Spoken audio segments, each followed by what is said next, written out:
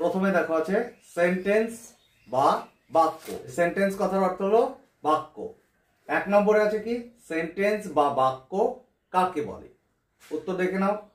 2 বা ততোধিক ওয়ার্ড বা শব্দ ব্যবহার করে বক্তা যখন তার মনের ভাব সম্পূর্ণরূপে প্রকাশ করতে পারে তখন তাকে সেন্টেন্স বা বাক্য বলে। আবার বলছি, সেন্টেন্স বা বাক্য কাকে বলে? উত্তর দেখে নাও। 2 বা ততোধিক ওয়ার্ড বা শব্দ ব্যবহার করে বক্তা যখন তার মনের ভাব সম্পূর্ণরূপে প্রকাশ করতে পারে তখন তাকে সেন্টেন্স বা বাক্য বলে। 2 নম্বরে কি আছে? সেন্টেন্স বা বাক্যকে কয় ভাগে ভাগ করা হয় ও কি কি? আনসার অর্থাৎ উত্তর, অর্থ বা কাজের ধরনের উপর ভিত্তি করে সেন্টেন্স বা বাক্যকে 5 ভাগে ভাগ করা হয়। 1 নম্বরে কি রয়েছে? অ্যাসার্টিভ সেন্টেন্স বা বর্ণনাসূচক বাক্য। 1 নম্বরে কি আছে? অ্যাসার্টিভ সেন্টেন্স বা বর্ণনাসূচক বাক্য।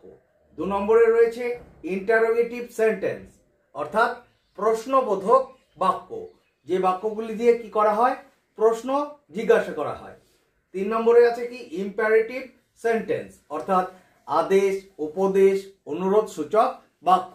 যখন কাউকে কোনো আদেশ করা হয়, অনুরোধ করা হয়, ঠিক আছে, বা উপদেশ দেওয়া হয় তাকে বলা হয় ইম্পারেটিভ সেন্টেন্স বা বাংলায় বলা হয় আদেশ, উপদেশ, অনুরোধ সূচক বাক্য।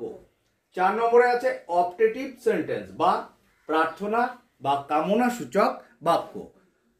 তাহলে কি বলছে? অপটেটিভ সেন্টেন্স মানে কামনা বা প্রার্থনা সূচক বাক্য। কারো সম্পর্কে প্রার্থনা করা হলো যে ওর যেন ভালো হয়, ঠিক আছে, কামনা করা হলো, সেই কারণে বলা হচ্ছে অপটেটিভ সেন্টেন্স। 5 নম্বরে কি আছে? এক্সক্লেমেটরি সেন্টেন্স অর্থাৎ আশ্চর্য বা বিস্ময় সূচক বাক্য।